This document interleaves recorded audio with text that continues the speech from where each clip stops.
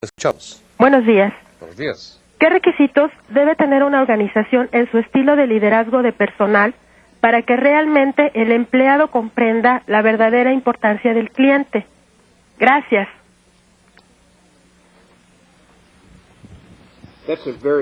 Esta es una pregunta muy importante. No se puede sencillamente desear tener buena satisfacción del cliente y desear que el empleado de la empresa se comporte como usted quiere. No, lo importante es que la organización tiene que invertir en capacitación, en formar a los empleados, para que ellos sepan cuál es la política de la empresa. Yo les he mencionado British Airways con sus dos objetivos estratégicos. Los objetivos son comunicados a todos los empleados. Un empleado sabe que ese es un valor. Una vez que el empleado sabe eso, ese valor se refuerza con la capacitación que se le entrega a los empleados y de esta manera ellos aprenden a bregar con los problemas que presenta el cliente, las quejas, los reclamos, etcétera, y a la vez darles la satisfacción al cliente.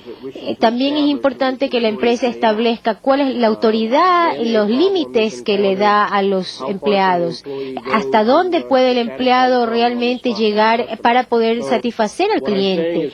Así que lo que digo es que sea cual fuera la organización, no importa si es una organización de servicios o de productos o de bienes o de qué tipo o si están en la venta al por menor, lo importante es que el cliente quede satisfecho y la forma de llegar a eso es a través de la capacitación de su empleado y el empleado debe conocer la importancia y cuál es su comportamiento adecuado para que la empresa pueda ofrecer este servicio al cliente. Saludamos ahora a la Argentina. La siguiente pregunta la formulan desde el Instituto Nobel, Río Tercero, provincia de Córdoba, Argentina. Lo escuchamos. Buenos días. Está probado que en las investigaciones de mercado, las personas encuestadas en un alto porcentaje mienten. ¿Existen otros métodos para monitorear la satisfacción permanente de clientes que no sea el de las encuestas y en qué consisten? Gracias.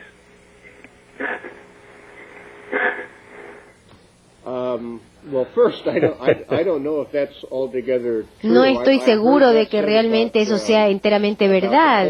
Sí he oído eso acerca de los sitios de encuestas en asuntos políticos. No estoy seguro de que realmente haya, en cuanto a la retroalimentación sobre los servicios recibidos de parte de los clientes, que ellos necesariamente no digan la verdad. Creo que puede haber algo de verdad en esto, algún problema, pero la mayor parte de la gente ni siquiera nos da retroalimentación, así que mejor es tener algo de retroalimentación antes que no tener nada y poder tomar acción al respecto. Una de las cosas que yo sugiero es que nos hagamos una introspección y reconozcamos que nosotros también somos clientes y cómo nos comportamos nosotros con los proveedores con los que nosotros tratamos y qué tipo de retroalimentación les damos nosotros a ellos acerca de lo que nosotros esperamos de ellos y el servicio que nos dan. Muchas veces la gente tiene expectativas sin ni siquiera expresarlas, así que es importante hacer lo que se puede para tratar de lograr reunir esta información para poder tener elementos de juicio. Por ejemplo, pedir informes o tarjetas de los clientes donde nos dan una nota. Podríamos enviar encuestas, hacer estudios. Podríamos tomar una medida más proactiva, pidiéndole a los clientes que nos den su opinión, pero a la vez también darnos cuenta de que, tener en cuenta de que a veces no pueden estar diciendo toda la verdad. Retornamos a México. La siguiente pregunta la formulan del Instituto Tecnológico de León, en León, Guanajuato. La escuchamos. Sí, permítame, por favor. Sí, León. Buenos días. Buenos días. Les habla el ingeniero Leopoldo Hernández del Instituto Tecnológico de León. Felicidades al señor Finnegan por sus conceptos. Tenemos una pregunta con respecto a nuestro quehacer educativo. ¿Qué recomendaciones nos daría el señor Finnegan para mejorar el servicio al cliente en lo que se refiere a una institución educativa, tanto en sus clientes internos, es decir, alumnos, como a sus clientes externos, que es la comunidad a la que se atiende? Gracias.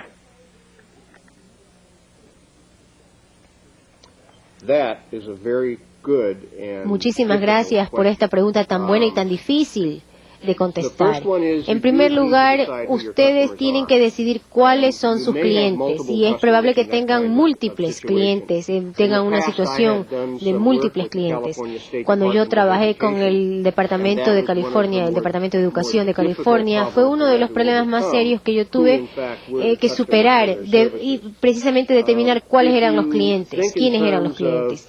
Ahora, si pensamos en cuanto a los servicios propiamente que se ofrecen, es decir, nuestras aulas, cómo se funcionan nuestras aulas, cómo se hacen las matrículas, entonces, por supuesto, el cliente pasa a ser el estudiante y vale la pena en ese caso hacer que los estudiantes participen para definir cuál es el mejor sistema para la matrícula, por ejemplo, cuál es la mejor forma de administrar una escuela. No quiero entrar en explicaciones largas y difíciles, pero tenemos un ejemplo muy bueno en el estado de Alaska de una escuela secundaria que ha hecho eso y ha tenido gran éxito y se ha convertido en un modelo para otros distritos escolares en Estados Unidos. Otro cliente puede ser, por ejemplo, el cliente como la junta de directores de la escuela o los padres o la junta de padres de familia o la comunidad que están interesados en saber el resultado de su escuela, o sea, cuán eficaz es la educación y en qué forma se asimilan esos graduados a la comunidad. Así que ellos tendrían que participar en un tipo de proceso también y eso se lo puede hacer a través de encuestas. Y en este ejemplo, por ejemplo, yo diría que grupos de enfoque, grupos de trabajo enfocado en algún tema en particular es muy eficaz, porque entonces se invitan a distintas personas a colaborar y a trabajar en sus expectativas. Por supuesto, hay que tener cuidado porque hay que delimitar exactamente cuáles son las limitaciones. Por ejemplo, en el sector público puede que haya otro tipo de limitaciones que impida a que sean unos obstáculos o barreras y entonces es necesario ver estas leyes o presupuestos que puedan limitar. Pero mientras se puede ser abierto, mientras más abierto se puede ser, más facilidad habrá para satisfacer estos requisitos. Damos ahora la bienvenida a la Universidad Tecnológica de Panamá, en Ciudad de Panamá, hermana República de Panamá. Bienvenidos. Muy buenos días, un saludo muy especial del tercer Congreso de la Universidad Tecnológica de Panamá. La pregunta es la siguiente. Siempre hemos escuchado la frase, el cliente es el rey. Sin embargo, usted mencionó a clientes no adecuados. ¿Puede ampliar usted este concepto?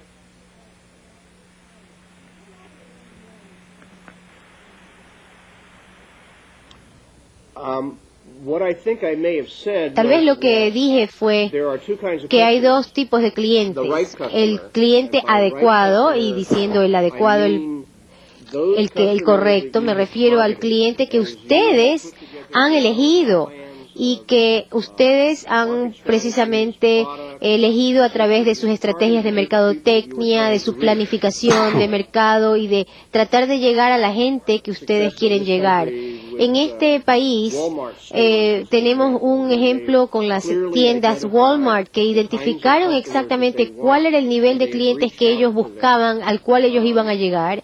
Y a través de sus estrategias de mercado han logrado eso. Entonces, esos son los que se llaman los clientes adecuados. Pero cuando yo voy si ustedes van a una tienda de Walmart, ustedes se van a dar cuenta de que muchas veces ahí se encuentra gente que a lo mejor debería ir a una tienda un poco más cara o más sofisticada. Sin embargo, entraron a esa tienda, que no es necesariamente la tienda la tienda que les corresponde por X motivo, pero también van allí y adquieren productos, de tal manera que ellos entonces pueden ser los clientes no adecuados, pero es necesario identificar cuáles son los clientes no adecuados, pero hay que entender primero cuáles son los que sí son los adecuados, o sea, los que la tienda busca. Volvemos a México. La pregunta la formulan desde la Universidad Autónoma de México, Facultad de Estudios Superiores, Cuautitlán, Estado de México. Le escuchamos. ¿Qué tan efectivos resultan los estudios cualitativos utilizando cámara de Hensel para conocer gustos y preferencias de los clientes?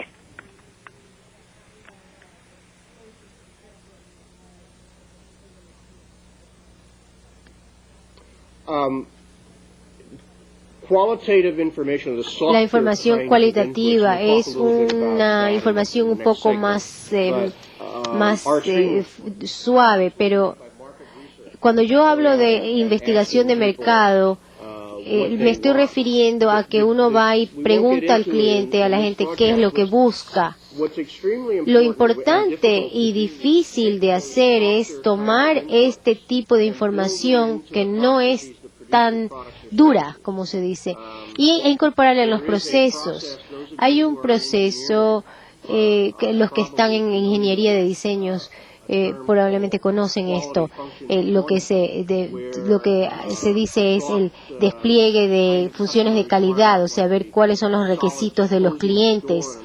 Y, por ejemplo, cómo suena la puerta del automóvil al cerrarla. Entonces, para diseñar un automóvil hay que tratar de buscar el tipo de diseño en el automóvil para que no suene de una forma que desagrade al cliente. Por ejemplo, eso es muy importante para la industria automovilística.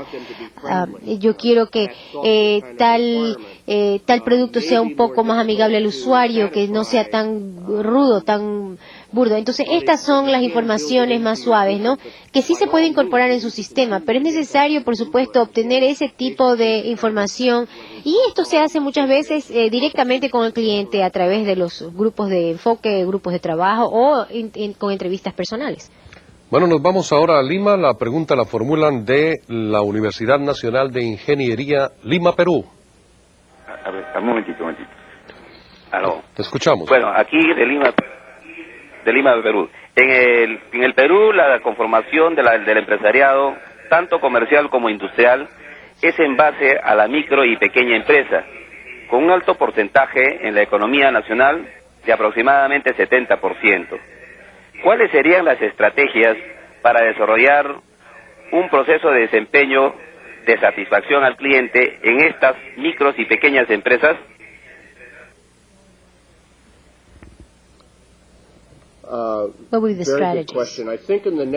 Creo que en el próximo módulo vamos a hablar acerca de algunos criterios de desempeño. Yo creo que todos los principios se aplican. Exactamente cómo se puede aplicar estos principios dependerá del tamaño de la organización y del tipo de negocio que tienen.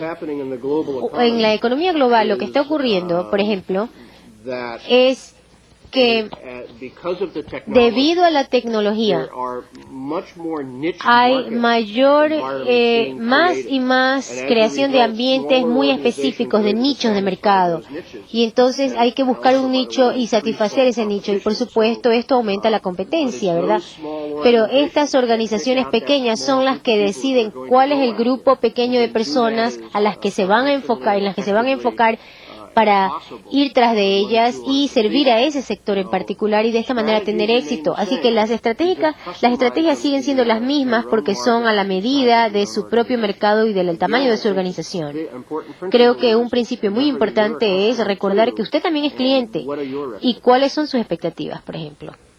Saludamos ahora a Brasil. La pregunta la formulan del Servicio Brasileño de Apoyo a Micro y Pequeñas Empresas en Minas Gerais. La escuchamos. Enterprises from Belo Horizonte, Brazil. Port Service. Minas Gerais, lo escuchamos. Minas Gerais. Se ha hablado muchísimo acerca de encontrar al cliente y mantenerlo fiel y motivado. ¿Qué se ha hecho para mantener a los empleados satisfechos y felices y leales también a la empresa? Muy buena pregunta. Vamos a hablar también tal vez en un poco más de detalle en la próxima presentación que haga, el próximo módulo, porque en realidad ese es el vínculo entre hay un vínculo entre la satisfacción del empleado y la lealtad del cliente, particularmente en el área de servicios, en la industria de servicios. Cuando la gente busca un servicio, ya sea que van a un restaurante de venta de comida rápida o al paso, y encuentra gente que reconoce y se encuentra con gente que saben lo que quieren, lo que buscan, lo que les gusta y que están muy interesados en satisfacerlos, en servirlos bien. Entonces esos clientes van a estar muy satisfechos, y los empleados que ofrecen ese tipo de servicios son empleados que realmente disfrutan de lo que hacen, que les gusta, así que se sienten felices en su trabajo. Los empleados insatisfechos van a crear clientes insatisfechos, y eso ya lo vamos a ver en detalle en el próximo módulo. Vamos a dar respuesta a una pregunta hecha vía fax. Nos llega de Fenalco, la ciudad de Medellín, pero antes vamos a Argentina. Escuchamos Argentina, adelante. La Universidad Católica de Cuyo, le escuchamos. Bueno, sí. La pregunta nuestra es, una vez que una compañía ha definido como su objetivo estratégico la satisfacción al cliente y que sus niveles de conducción están concientizados de ello, ¿cuáles son los pasos que siguen en un proceso de implementación y qué instrumentos se utilizan?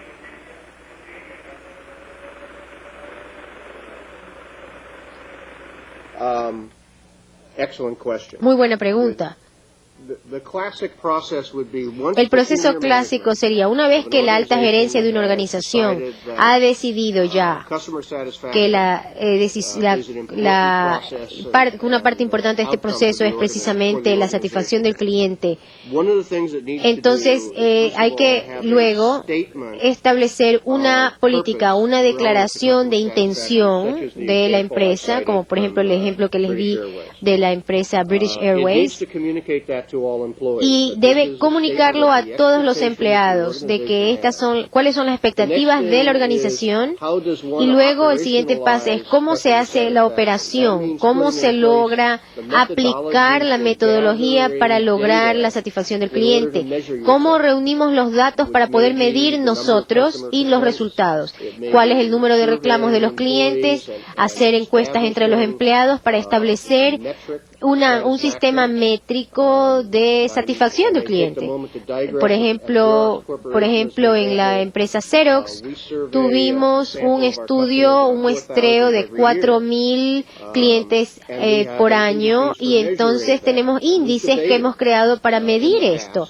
Y en el pasado hemos debatido sobre cuál sería el porcentaje ideal, idóneo de lograr, si es 85% o 100%. ¿Cuál debería ser el nivel en el que la empresa se satisface con la satisfacción del cliente? Bueno, y decidimos que teníamos que lograr el 100% de satisfacción. Y como nos pusimos esa norma tan alta, hemos estado tratando de llegar a ese punto, y esa ha sido nuestra meta, y por eso es que podemos garantizar satisfacción al cliente.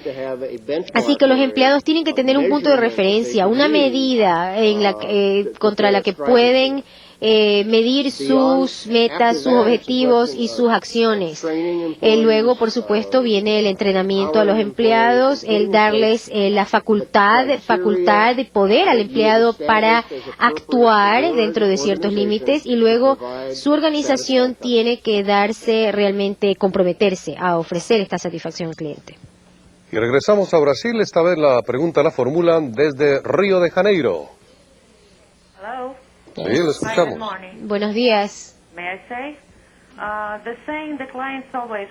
Sí, el hecho de que los clientes siempre tienen la razón no siempre es la verdad. Para una empresa, ¿cómo puede la empresa, manejar las éticas cuando estas éticas no son las que deben ser? La ética, no sé si sea la palabra que debe utilizar. La confianza es muy importante en la relación que hay entre el cliente y los proveedores. La confianza en el aspecto de la expectativa, y yo creo que en algunos casos van ustedes a satisfacer esto. sea cual fuera el motivo por el que ustedes tienen que tratar con un cliente o grupo de clientes, yo considero que como proveedor yo me doy cuenta de que no puedo confiar en ellos, ya sea por razones éticas o por otros motivos. Eso me crea una inestabilidad. Cuando no hay esa confianza y entonces uno siente que el cliente no responde y yo no me siento cómodo haciendo negocios con ellos porque no son confiables o no les tengo confianza, entonces eso genera inestabilidad. Entonces es necesario buscar la estabilidad en esta relación de negocio. Saludamos ahora a Apatzingán, en Michoacán. La pregunta la formulan en el Instituto Tecnológico Superior de Apatzingán. Sí, buenos días. Buenos días. Nuestra pregunta es la siguiente. Para una empresa de servicio público del sector gobierno que no tiene competencia, ¿qué tipo de encuesta se recomienda aplicar para conocer la satisfacción del cliente? Muchas gracias.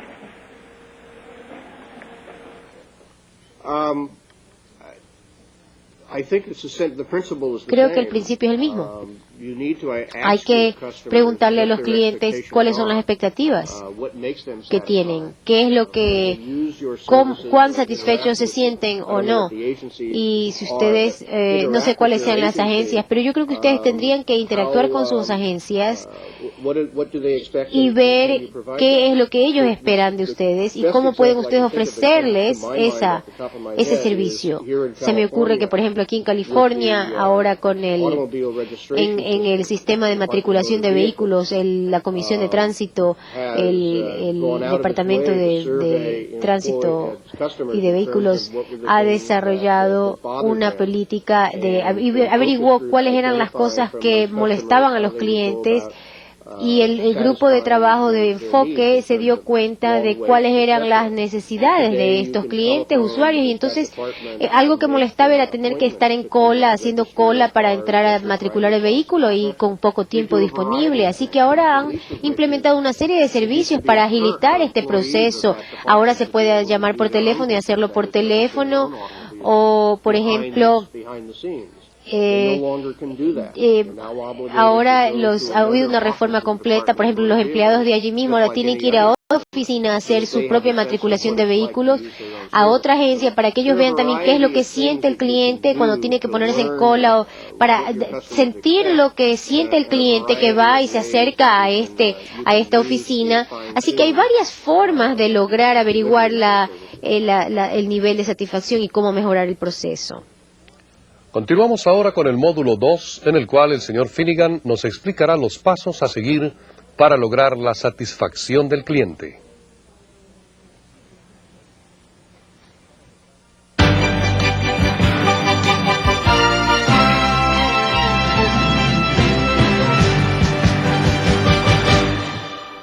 En los años 70 y 80, la consigna gerencial de los altos ejecutivos de las organizaciones líderes en servicios fue buscar utilidad y participación de mercado.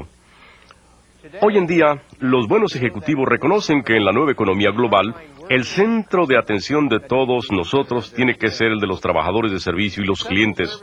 Los gerentes de servicio exitosos ahora se dedican a manejar los factores que generan rentabilidad en este nuevo paradigma de servicio. El ponerle atención al cliente ciertamente no es una nueva idea.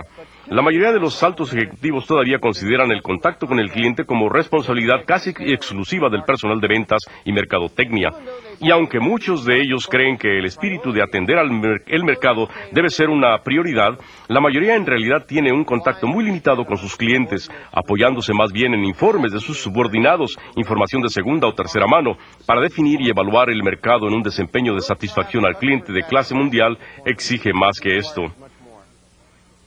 Un desempeño de clase mundial requiere que los altos directivos realmente establezcan la satisfacción del cliente como un proceso clave de su trabajo y que implementen medidas que den cabida a las múltiples perspectivas de productividad de sus trabajadores, clientes, accionistas y demás. Para lograr este desempeño de clase mundial, una organización debe dominar 4 tareas básicas. Primero, el cliente y el mercado son nuestro verdadero centro de importancia y todos los resultados del negocio son producto de lo que fluye de ese centro. Segundo, Debe establecerse una línea de visión en dos sentidos entre la organización y sus clientes y mercados. Tercero, el compromiso y liderazgo directivo son los principales motores de toda actividad productiva, pero están conectados directamente a los clientes a través de su personal de trabajo. Cuarto, para que los procesos y herramientas que utiliza el personal puedan fomentar un espíritu de satisfacción al cliente, se debe crear un diálogo permanente entre directivos y empleados con retroalimentación constante de estos últimos. Los esfuerzos de una organización para administrar su desempeño debe comenzar con una clara visión de hacia dónde se desea llegar. La visión es una directriz escrita que ofrece una imagen clara de un estado futuro deseado que la organización quiere crear, presentando ese futuro como un tono vívido y expresando la factibilidad de alcanzarlo y los posibles retos. Es equivalente al optimismo, emoción y motivación que los altos directivos sienten de lo que puede ser. Pero una pregunta importante aquí es, ¿cómo contribuirá ese estado deseado futuro al valor agregado que es ahora esencial para que su organización pueda competir exitosamente en la nueva realidad actual? Para medir qué tan eficazmente la visión de una organización contribuye al valor total percibido por nuestros clientes, Robert Kaplan y David Norton concibieron un sistema llamado el tablero balanceado. Su enfoque combina mediciones financieras y operativas en un sistema integrado de indicadores de desempeño y consiste de 4 elementos que relaciona las medidas de desempeño con las respuestas a 4 preguntas básicas. Primero, ¿cómo nos ven los clientes? 2. ¿En qué debemos sobresalir? 3. ¿Podemos continuar mejorando y creando más valor? 4. ¿Cómo vemos a nuestros accionistas o socios? Estos conceptos son aplicables tanto a organizaciones pequeñas como grandes. El tablero balanceado es como un tablero de control en la cabina de un avión. Proporciona a los directivos información detallada a simple vista. El visualizar una organización a través de esta herramienta nos permite tener una perspectiva amplia pero sustantiva de cómo vamos. Es una herramienta de medición que puede ser utilizada por cualquier organización independientemente del negocio que tenga. Funciona tanto para el sector público como para el sector privado. El tablero balanceado requiere que los gerentes traduzcan su misión organizacional formal de servicio al cliente en una serie de medidas específicas que reflejan los factores que realmente cuentan para sus clientes. Las preocupaciones del cliente se pueden clasificar en 4 categorías: tiempo, calidad, desempeño y servicio. El tiempo de anticipación mide el periodo que se requiere para cumplir las necesidades de los clientes. La calidad mide el nivel de defectos de los productos que recibe el cliente de acuerdo a la percepción y medición de éste. La combinación de desempeño y servicio determina cómo contribuyen los productos o servicios de su organización a crearle valor a sus clientes. Por supuesto, el costo no es siempre el principal problema, pero como clientes que somos todos, sabemos que el costo es compensado por el valor de lo que se recibe y si no es así, nos consideramos defraudados. Para poner a trabajar el tablero balanceado, la organización debe articular sus metas de tiempo, calidad, desempeño y servicio y luego traducir estas metas a medidas específicas. Por ejemplo, los ejecutivos de la empresa SI establecieron 4 metas generales de desempeño de servicio al cliente. 1. Entregar sus productos tradicionales al mercado con mayor rapidez. 2. Mejorar el tiempo de creación y salida de nuevos productos. 3. Convertirse en el proveedor preferido de sus clientes. 4. A través de alianzas con los clientes, desarrollar productos innovadores a medida de las necesidades de ellos. Al basarse en evaluaciones del cliente para definir sus medidas de desempeño, la organización se obliga a visualizar su trabajo a través de los ojos de sus clientes. Para ayudar en esto, muchas empresas contratan a consultores independientes para realizar encuestas anónimas de clientes para producir una boleta de calificación con base en la información del cliente. Por ejemplo, la encuesta de calidad de la empresa J.D. Power se ha convertido en el estándar de desempeño de la industria automotriz y las mediciones del Departamento de Transporte Federal de Estados Unidos de llegadas a tiempo y del equipaje perdido ofrece un estándar externo para todas las líneas aéreas de este país. Los procedimientos de benchmarking son otra alternativa que utilizan las empresas para comparar su desempeño contra las mejores prácticas de sus competidores. Muchas organizaciones han creado programas de comparación de los mejores del ramo, seleccionando a cierta industria en cuanto al mejor sistema de distribución, a otra industria en cuanto a su proceso de manejo de nómina de bajo costo y demás. El objetivo es tratar de integrar un modelo compuesto de las mejores prácticas de negocios para establecer un modelo con alto estándar de desempeño. Sin embargo, estos enfoques pudieran ser desorientadores por varias razones. Primero, la información del cliente y los datos de mercado son útiles solo si provienen de las fuentes adecuadas. La mayoría de las empresas del ramo industrial definen como cliente a la siguiente entidad en su canal de distribución y ahí termina, captando la información de mercado necesaria con esta perspectiva. Este es un gran error. Cada paso en el proceso productivo comercial hasta llegar al usuario final es tan importante como el que le sigue. Solo la información de mercado que refleje los deseos y necesidades de cada paso del proceso podrá ofrecerle a la alta gerencia una panorámica amplia que les permita tomar decisiones precisas respecto al posicionamiento de sus productos y a posibles nuevos servicios.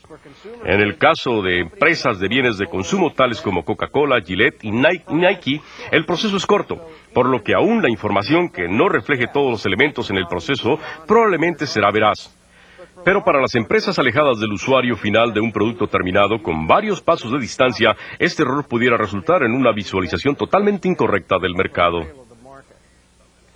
Esta es la razón del por qué el tablero balanceado es tan útil, generándole a la organización una medición amplia desde 4 perspectivas. La perspectiva financiera. Si tenemos éxito, ¿cómo nos veremos ante nuestros accionistas? Esta perspectiva tiene 3 dimensiones: rentabilidad, crecimiento y valor de accionista. La perspectiva del cliente. Para lograr alcanzar nuestra visión, ¿cómo debemos vernos ante nuestros clientes? Esta perspectiva tiene 4 dimensiones: tiempo, calidad, desempeño y costo de responsabilidad. La perspectiva operativa interna. Para hacer feliz a nuestros clientes, ¿qué procesos gerenciales debemos realizar con excelencia? Esta perspectiva incluye 3 dimensiones: tiempo del ciclo, calidad y productividad. La perspectiva de innovación y aprendizaje. Para alcanzar nuestra visión, ¿cómo debe nuestra organización aprender continuamente, mejorar y crear más valor? Esta perspectiva se enfoca hacia la innovación, el aprendizaje permanente y nuestros activos intelectuales. Esta perspectiva reconoce que muchas organizaciones hoy en día se están convirtiendo en organizaciones de aprendizaje como una ventaja competitiva. Hablaremos de esto un poco más adelante. Lo que quiero ahora compartir con ustedes es el concepto de servicio-utilidad, que aplica valores cuantitativos a mediciones cualitativas o blandas. Este proceso ayuda a la gerencia a identificar iniciativas que fomenten nuevos niveles de satisfacción en el servicio, maximizando el impacto competitivo, ampliando así la brecha entre los líderes de servicio y sus competidores meramente buenos. El proceso de servicio-utilidad establece la relación entre rentabilidad y lealtad del cliente, con satisfacción, lealtad y productividad del empleado, independientemente del tamaño de la organización. Los elementos básicos de este proceso, que deben ser vistos como principios a seguir, son: la utilidad y el crecimiento son estimulados primordialmente a través de la lealtad del cliente. La lealtad es resultado directo de la satisfacción del cliente. La satisfacción es una gran medida influenciada por el valor de los servicios que se le proporcionan a los clientes. El valor se crea con base en personal satisfecho, leal y productivo. La satisfacción del empleado es producto principalmente de la aplicación de servicios y políticas de apoyo de alta calidad que les ha permitido tomar iniciativa con los clientes.